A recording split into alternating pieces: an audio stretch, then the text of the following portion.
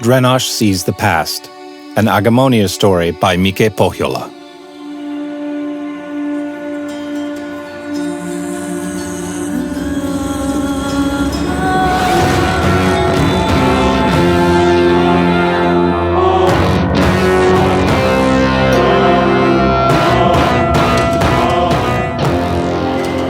Drenosh 8 songs ran in fear. The Sunshine Legion was heavily armored in gilded scale mail and moved slower, but there were so many of them. The undulating blades of their lances blue with blood, the blood of Drenosh's family. The houses of 8 songs and 4 dawns had just been butchered in the halls of the Senate, leaving only Drenosh alive, for now. Drenosh did not stop to look around the narrow side lanes and multi-layered piers of the harbor. Drenosh had sometimes come here to look at the ships with Showdown when both were children, but only a few times since then for business reasons. The streets were busy with sailors, merchants, beggars, slaves, and tourists of all peoples. Peoples who had no love for the Solar Temple or its armed wing, the Sunshine Legion. Perhaps Drenosh could simply vanish in the crowd. Drenosh took a quick glance backwards, and sure enough, the Legion was coming. Their leader, riding a giant red salamander, was a priest in a golden mask, which only left her gray horns and her red eyes visible. She was the same priest that had led the attack in the Senate. She was responsible for the death of Drenosh's family. Determined to survive this, Drenosh vowed to kill the priest. But, right now, figuring out how to survive was the only goal.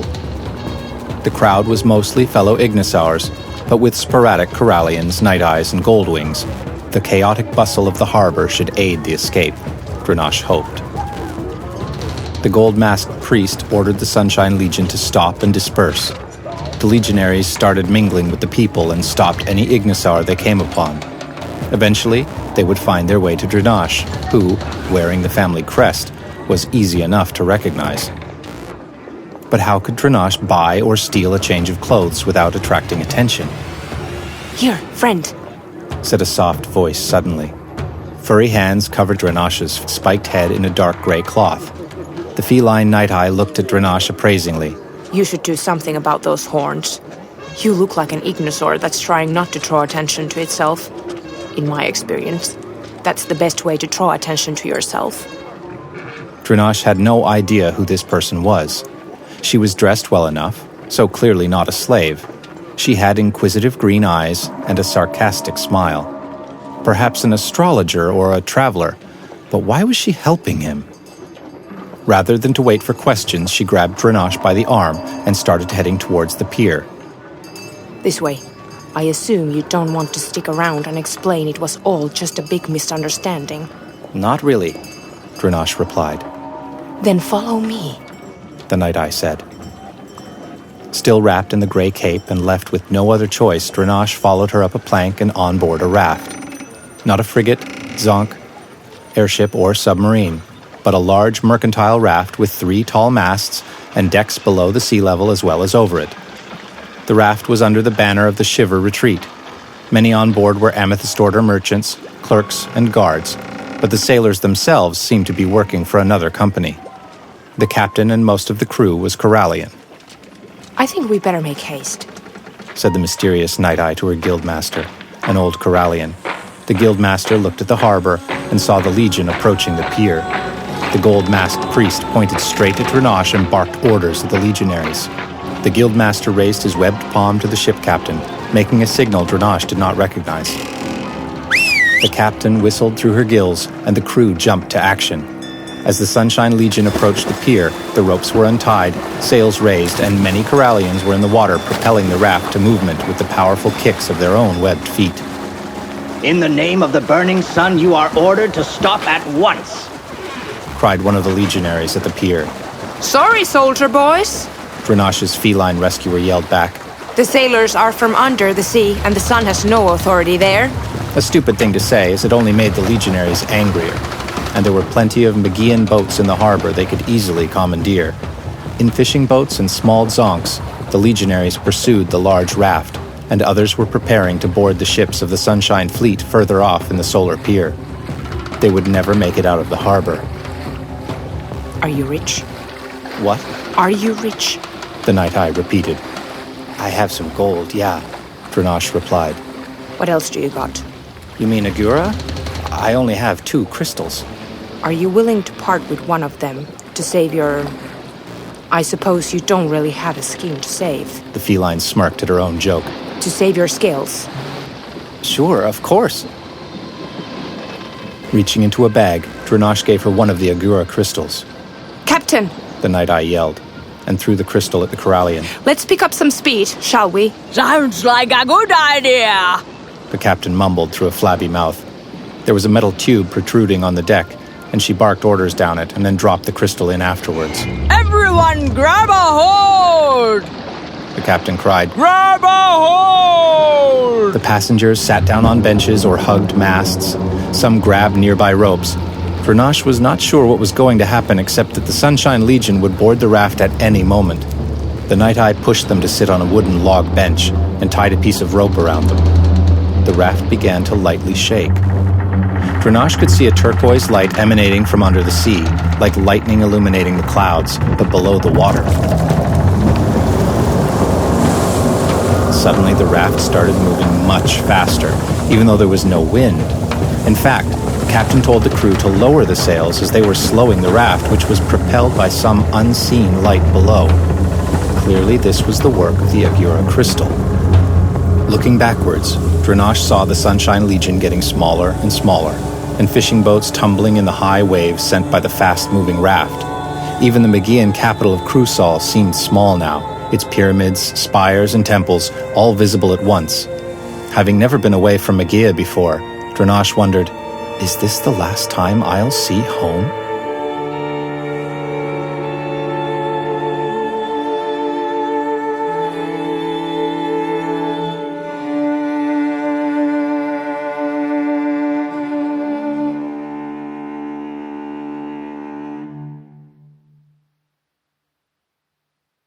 Drenosh had grown up a scion of the proud house of 8 Songs.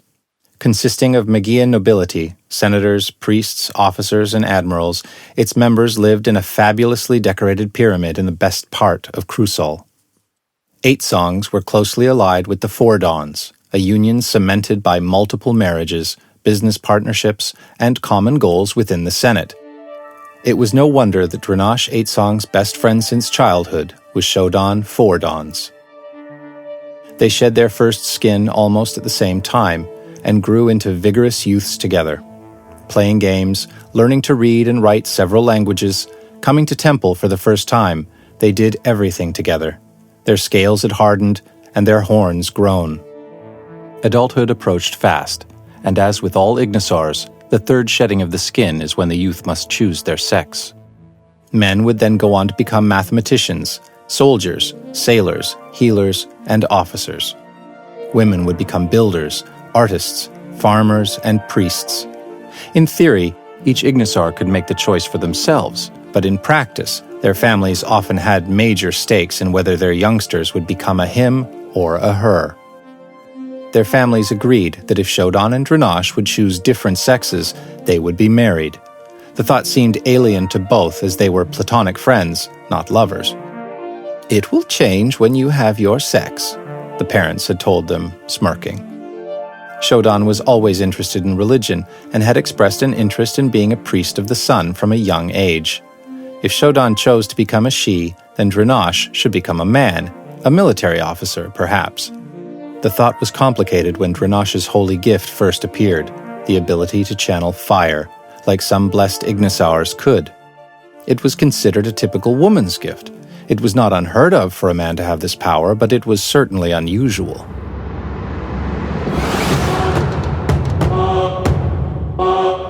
When the time of their third shedding was upon them, Showdown and Drenosh entered the solar temple together. The men of both families were standing on the right side, the women on the left. In the front waiting for them was the priest. The old woman wore flowing red robes and a golden mask, which perfectly reflected the rays of the sun shining through the prisms in the temple roof. Her face shone in all the colors of the rainbow. Standing in front of her, Showdown was first. The old priest spoke with a frail voice. Showdown 4 dawns. Under the burning sun, in front of your family, and in honor of the Emperor, I ask you this. Which sex have you chosen? I will become a woman, said Showdown. Then shed your skin, and a woman you shall be, cried the priest. Showdown turned towards the temple-goers, ripped open her old skin, and stepped out, a woman. Her family members yelled in happiness and excitement. Drenosh could hear her father crying proudly. Drenosh 8 songs, the priest continued. Under the burning sun, in front of your family, and in honor of the Emperor, I ask you this. Which sex have you chosen? I have chosen neither sex, said Drenosh. The crowd gasped in shock at this strange proclamation. You better decide fast, the old priest said. The crowd laughed nervously. I have decided, Drenosh said. I wish to remain the way I am, neither man nor woman. Would you defy the burning sun, shame your family, and dishonor the Emperor? Drenosh kept speaking as they removed their old scaly skin. I would venerate the burning sun, serve my family, and honor the Emperor, not as him or her, but as them, as Drenosh 8 songs. There was no smiling or crying this time, only shocked silence as Drenosh walked the aisle back out of the temple.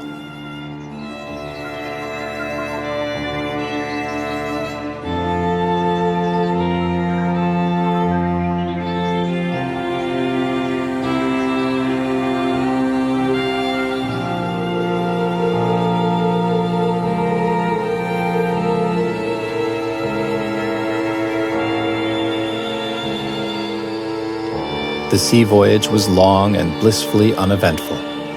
Drenosh had only limited experience with sailing, and they marveled at the grace with which the Corallians and other crew members climbed ropes, hoisted sails, swam around the raft, and simply kept their balance during the storms. For someone accustomed to the warmth of Crusoe, the open sea was cold even on nice days. But when the wind started blowing, Drenosh felt all the warmth escaping from their scales and their muscles growing thicker and slower. No, sailing was not for them. When the power of the Agura waned, the ship had to use sails to keep a steady pace, but could never reach speeds even close to what the crystal offered. The journey lasted for weeks. On the way, Drenosh got to know their night-eye helper rather well. Her name was Palom, and she was a collector working for the Amethyst Order. She had come to Crusoe on business to collect a debt made by a Mageian senator. There had been some trouble, and her Patangan bodyguard had been injured and was now recuperating in a Crusoe spa. Which is why, Palom had explained, I'm looking for someone big and strong to help me. And there you were. They had agreed Drenosh would be temporarily hired by the Amethyst Order, and Palom would help them get settled in Copperton. Land ahead! Cried the lookout Corallian from the crow's nest atop one of the masts. Seabirds and fishing boats had already alerted them of the approaching habitation. Palom took Drenosh to the fore, and they could see the magnificent hillside domes of Copperton the Rich, the monorail leading to other cities on the continent, the airships hovering above the city, the towering construction works, and the ancient Agura-powered machines rising here and there from the sea. The harbor was in a narrow valley where the land met the sea. Like a cup, it was surrounded by fully built hills on all sides. The higher up you live, the more important you are. Palom explained. We are going to the Amethyst Palace. Is that high up? Top of the world. Palom grinned.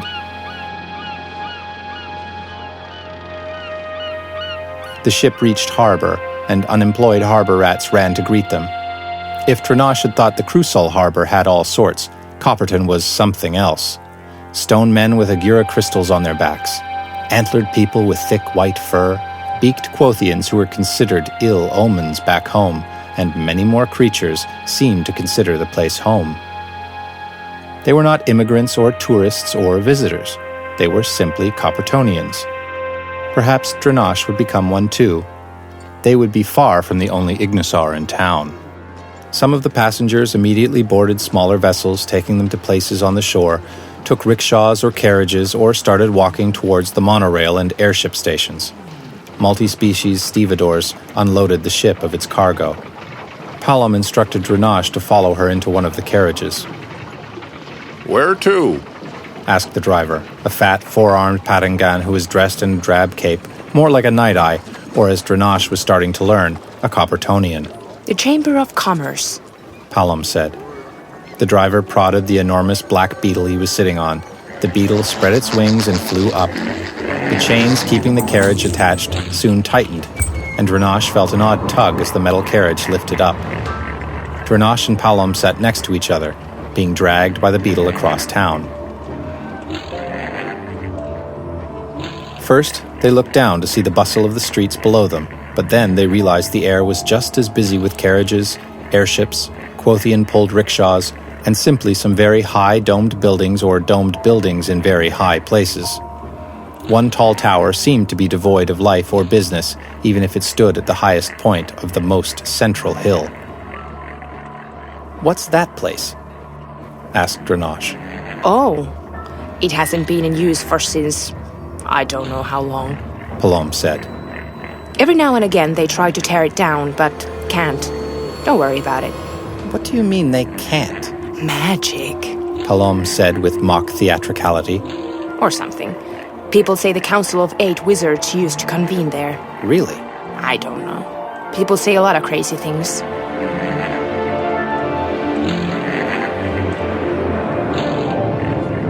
They were drawing near to what was clearly the Amethyst Palace, as big as the Senate or the Solar Temple back home, but with majestic domes and twisting spires. The palace was lit with Agura lights even though it was daytime, and ornamented with amethyst mosaics. An endless stream of butterflies flew from the palace windows into nearby buildings and back again. Many of the insects flew to a slightly smaller and much busier place, next to which vehicles of all sorts were constantly landing and taking off. The Chamber of Commerce.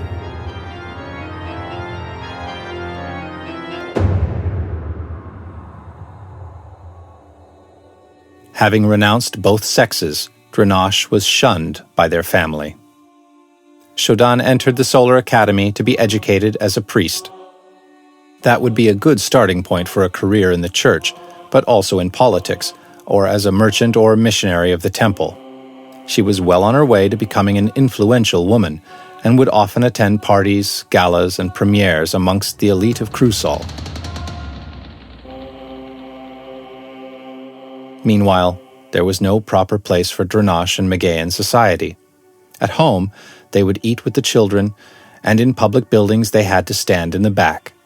They would often be sent to deal with slaves, workers, and foreigners. Lower-class Ignisaurs found them strange, but were not in a position to make comments. The Night-Eye slavers and Corallian merchants could not tell one Ignisaur sex from another, so Drenosh could take care of their house's business deals with them. All of this was work not deemed worthy of high-born men or women. Sometimes Drenosh tried to practice their holy gift, but while they could make fire come, there was no one to teach them.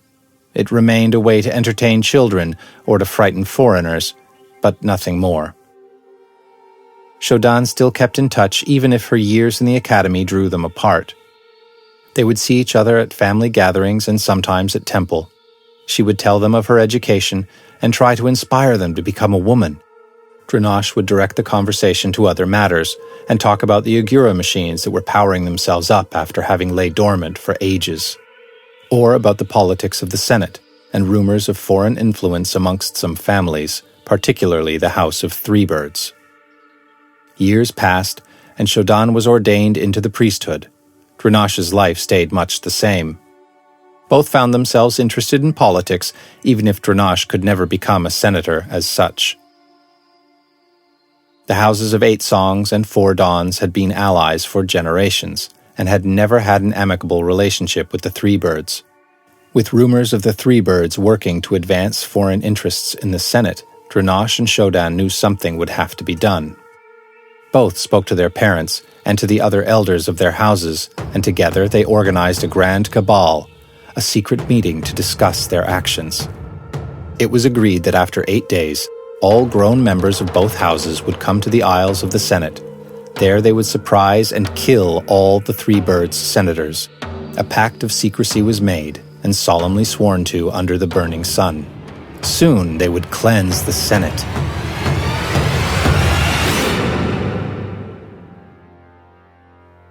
Working for the Amethyst Order came easy for Drenosh. Most of the time they just had to stand next to Palom and look big. Sometimes the debtors were entrepreneurs down on their luck, begging for a little more credit. Other times they were gamblers or drug addicts. Palom explained that the Order would not lend money to people if they did not think they would get their own back with interest. But there was always a risk involved.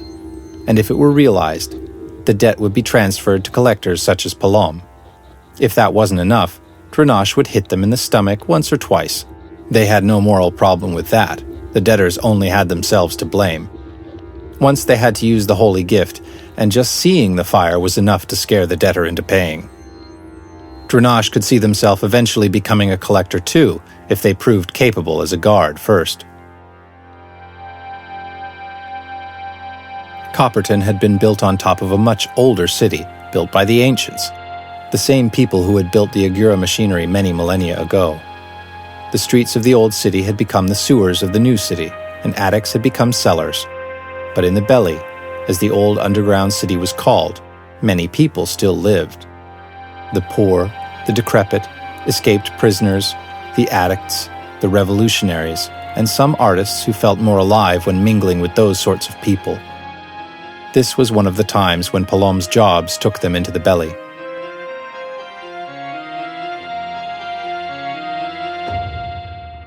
The cellars and storages of the Chamber of Commerce wound down many stories until finally becoming the back doors of the middle-class stores and houses. There was a whole underground network of tunnels inside the hills that led from house to house, serving the functions of sunlit streets in a Mageian city, but eventually also to the belly. Up here, the tunnels were lit by Agura-powered lamps, and by foul-smelling gas lights when you got lower. Eventually, there would be Agura lights again, strange greenish flashes and radiations from Agura machinery that was still working, or, which was even stranger, working again. Palom told Drenosh many old machines had suddenly powered up, but nobody knew why. They reached the belly and were immediately surrounded by beggar children. The kids tried to sell counterfeit crystals or machine parts, cut their purse or act as guides, none of which they wanted. Palom had an address and a map of sorts, and they found their way to the used goods Emporium, something between a rundown shack and a cave.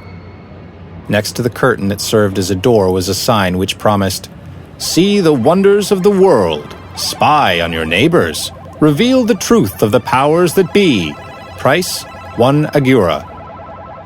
Drenosh pulled the curtain aside, and the Night-Eye Collector walked in through the doorway, her long feline tail standing alert. The room seemed less an emporium than a junkyard. No evidence of a truth of any kind was visible. An old Ignisar man was sitting by a makeshift desk. Is your boss in? Palom asked. Sun's fire, The old junk dealer cursed, staring at Drenosh. Are you a man or a woman? None of your business, Drenosh growled. The old man's horns were blunt and his arms thin. The fire in his eyes had long since died. He was dressed in dirty gray robes in the Coppertonian manner. He posed no threat. All right, the shopkeeper said and gestured towards another curtained doorway. She's at the back. They walked into the adjoining room. This one was dominated by a mirror, the size of a wall, but Drenosh did not see himself in the reflection. No, it was like the eye of an insect, which showed a million images at the same time, distorted and shrouded in mists, Creatures were moving in the reflection. Some in a clearing in a dark forest, others on the shore, others in the Mageian Senate, and others in some underwater abode of the Corallians. The mirror was horrible like the all-seeing eye of the sun, but tempting as well. They could imagine themselves staring at it forever. It took Drenosh a while to realize that in front of the mirror there really was someone staring at it. The boss. A nearly naked Quothian with sad, molting feathers, and a moldy, unfinished burger on a plate on a chair next to her. She simply stared at the mirror, bewitched. We're here about the debt? Palom said with uncertainty. The Quothian did not look away as she cawed the answer. Go away. No, I'm afraid we won't. More assuredly, this was a familiar reaction, something she could deal with. Look, miss, why don't you look at me? She did not. What do you want? We borrowed you 20 Akura crystals. With interest, that's 24 you need to pay us back. Well, I haven't got it, do I? Where did it go? I used to power this. You used 20 crystals to see these dream images? They're no dreams, lady. They're real. Drenosh could not help but look at the mirror from time to time. It was as if they could see into other people's lives. The reflections kept changing. The places and the peoples always new. No, not always. Sometimes the same place and the same people would reappear, like this one, a beautiful white city with tall towers, inhabited by night eyes. Just then they saw an Ignisar soldier with a familiar crest, the House of Four Dawns, allies to their house, but dead just like their kind. Or were they? What if one of them was still alive in that strange city like Drenosh was alive here? What is that place? Drenosh asked, but the reflection had already shifted. Focus, friend, Palom said testily. That place, Drenosh insisted. A city of your people with white towers. they're all like that. Starhaven, they call it. The Quothian debtor said. Those reflections, do they show me my hopes and dreams? No, young one, they show the truth. You mean there's a Four Dawns alive in Starhaven? If that's what you saw, then that's the truth, Replied the Quothian. Palom looked at Drenosh quizzically and made up her mind. Look, we'll be back next week. But you better have the crystals by then. She said weakly to the debtor. 26 this time. Sure, sure. The Quothian said and turned back towards the mirror again. Palom pulled Drenosh out of the Emporium and scolded them all the way to the Chamber of Commerce. But Drenosh's mind was somewhere else. A Four Dawns alive! Perhaps there was still hope.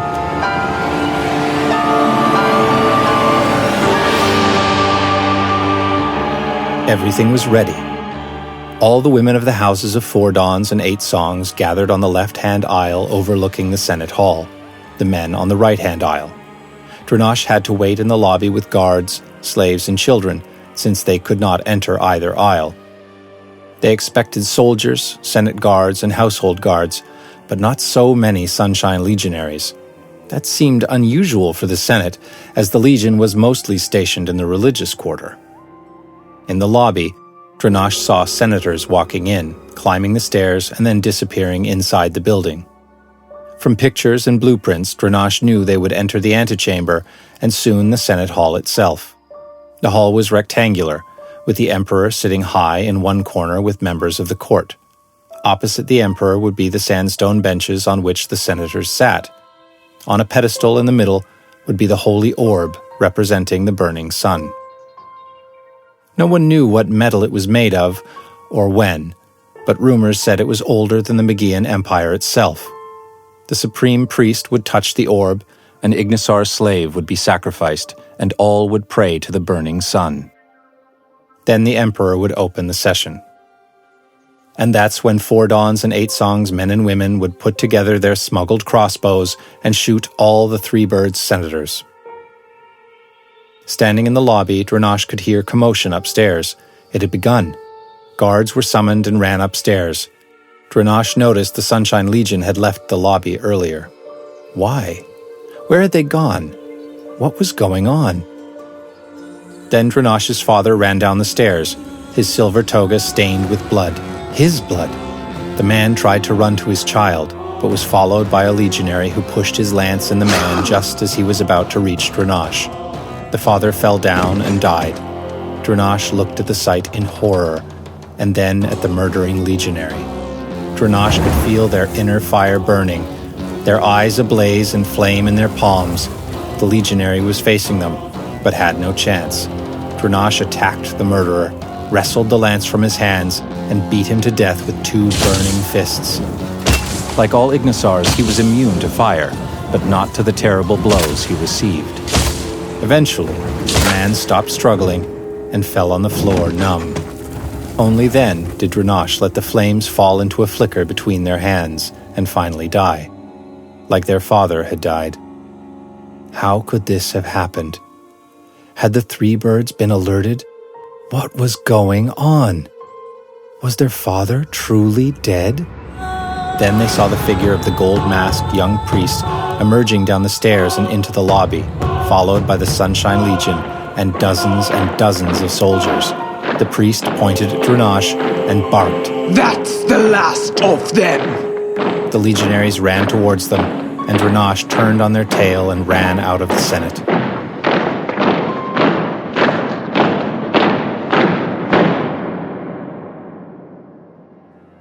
The next days, Drenosh was preoccupied with finding out more about the mysterious 4 Dawns in Starhaven. The Amethyst Order had vast records of all transactions, and some of them were right there in the Chamber of Commerce on the 4th floor. Drenosh still did the jobs with Palom, but their mind was not in it anymore. Any free time they had, they spent on the 4th floor, or in the Amethyst Archive, an adjoining building only focused on record-keeping. The archive was an odd place which smelled of sweet flowers and dusty paper. Carrier butterflies would come and go, delivering letters, manuscripts, contracts, deeds, parcels, and stocks from within Copperton. Post from other cities was delivered on carriages, straight from the airship and monorail stations. Archivists, bookkeepers, clerks, postal officers, copiers, and scribes of all species were busy with reading, writing, ordering, delivering, searching, and filing. They all wore white aprons, armbands, and, when necessary, bandanas to keep their hair, fur, or antennae from messing with the ink. The aprons were easily smeared with red, blue, and black ink and were washed daily. In his gray cloak embroidered with purple, Drenosh stood out, but their Amethyst Order credentials and Palom's friendship to some of the archivists allowed them some access to the filing cabinets. Eventually, they found letters from Copperton directed to 4 Dawns merchants in Starhaven, and using those as a reference, they came upon letters and contracts written by those Starhaven merchants. One of the contracts, an agreement on a business loan, was signed by Showdown 4 Dawns. Seeing their old friend's signature made Drenosh feel a bittersweet nostalgia, the pain of losing a friend again fresh in their mind. Then they saw the date. It was only a week old. The blue ink had barely dried. How was this possible? Was Showdown still alive and hiding in Starhaven? Had she also managed to escape the massacre in the Senate? Showdown would have been standing on the woman's aisle. Did the gold-masked priest decide to spare her life? Or had she made a miraculous escape like Drenosh? Or had Showdown simply not been there at the time? No, she had definitely been there. Of that Drenosh was sure.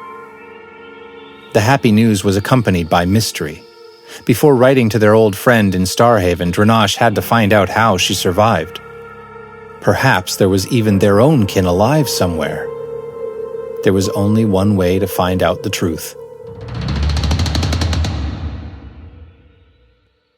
Drenosh made their exit from the Amethyst Archive, entered the tunnels inside the hill, and descended down to the belly. Avoiding beggars, peddlers, and thugs, they entered the used goods emporium. The old Ignisar looked at them, frightened. Look, I don't have anything to do with this, he explained. Relax. I'm not here on business. Is she in? The old man nodded, fear still clear in the pink eyes deep set in his scaly skull. In the mirror room, Drenosh found the old Quothian, but the mirror was black. only reflecting a glimmer of a candle burning in the room. You're back already? Croaked the Quothian. Yes. Is the mirror broken? Not broken, but broke.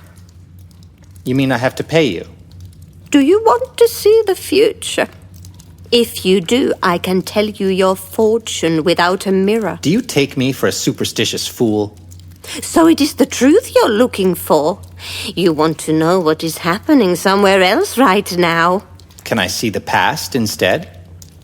No good dwelling in the past. Let go of the past and look at the present. Today, not yesterday. I'll pay you double. The past it is. The Quothian agreed. How much? 2 Agura crystals. The seer held up 2 black feathered fingers. An absurd price, and one Drenosh could not pay. I only have 1, he said. I'll give you some gold instead. Why don't you wipe my debt clean? Come on. You owe the Order 24 crystals. 26. Bring me all the copies of the contract and I'll show you whatever you want. Can you show me what happened in the Mageian Senate 53 days ago? The Corvine seer nodded. Stealing the documents was easier than Drenosh imagined, but they knew they could never return to the Order, and that Palam and some of the archivists might get into trouble. This was more important, Drenosh told himself. They must know the truth of what happened to their family. The next day they returned with 3 copies of a contract where the old Quothian, called Kalma, had borrowed the 20 Agura crystals. Drenosh had packed all his belongings, knowing they had no way of going back. Here are the papers, Drenosh said. Now show me. The crystal first! Kalma cawed shrewdly. No, we agreed that this would be enough. I told you the mirror is broken. It won't work without the crystal. Sun's fire. Drenosh cursed in their mind. They knew they were being swindled, but they had no other choice. Kalma slid the Agura crystal in a receptacle by the mirror's side. The crystal glowed pink for a moment, and was then sucked inside the mirror's frame. Soon a faint glowing reflection appeared, divided into small clouds of mist, which then showed visions like those they had seen before. Can you direct them? Asked Drenosh. I can, the Quothian told them. She picked up some old tree branches from the floor and stuck them into holes in the mirror frame. Clearly the mirror was meant to be used by the ancients with their technology, but this makeshift steering mechanism seemed to do the trick. Kalma moved, rotated, and shook the sticks, and made the reflections do her bidding. The vision of Starhaven appeared again, and grew bigger, until it filled the entire mirror. The feline night eyes walked the marbled white streets with their telescopes and scrolls, with the sky blue behind them. The Ignisar was nowhere to be seen. Is this what you want to see? Kalma asked. No. Take me to the Mageia. What is that? It is the Ignisar Empire, where your business partner is from. I see. The reflections changed in rapid progression until finally they showed the Senate in Crusoll. Not just the building, but the actual senators were there and the Senate was in session. The Emperor sat in the middle, above all the rest, below the holy fire. Behind the senators, men and women in their aisles, with imperial guards on both sides. Amongst the senators, Drenosh seemed to recognize Showdown's aunt, an old Fordon's priestess. Had she, too, survived? This is the place, they told the seer. Now, show me what happened here earlier.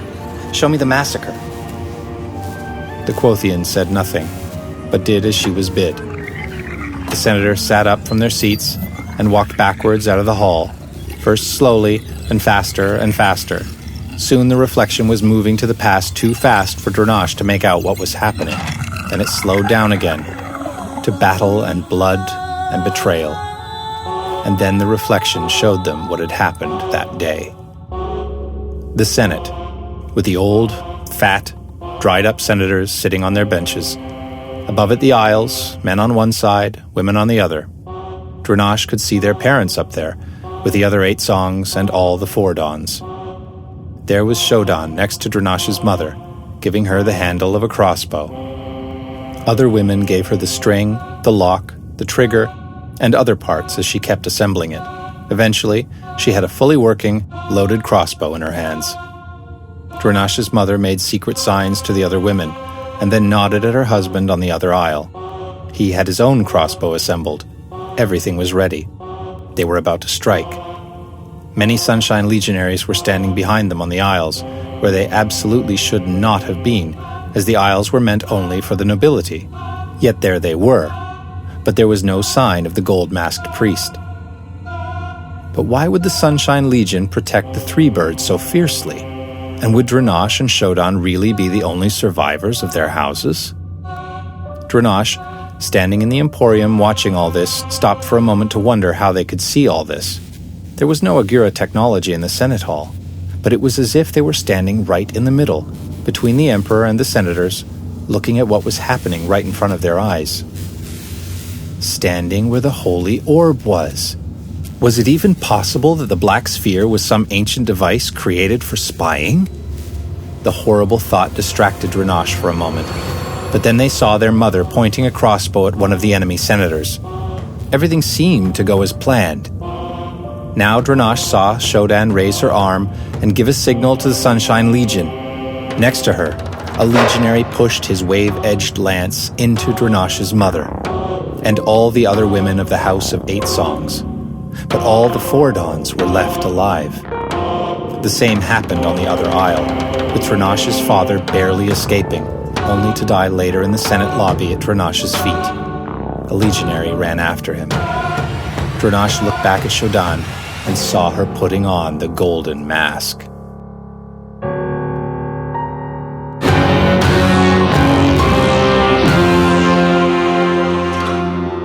Betrayed.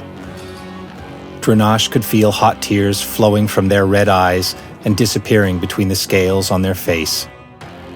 Showdown had been their friend, but had turned her back on them. The entire House of Eight Songs murdered by Showdown. No, not the entire house. There was still Drenosh left. And Drenosh would stop at nothing before they had avenged the murders. Showdown had moved to Starhaven and would not expect Drenosh to find her there, but they would show her. They had left the Emporium without even noticing and exited the belly somewhere near the bottom of Copperton. The harbor was not far. Drenosh would board a ship, sail for Starhaven, kill Showdown and every last member of the House of Fordons. That was their future.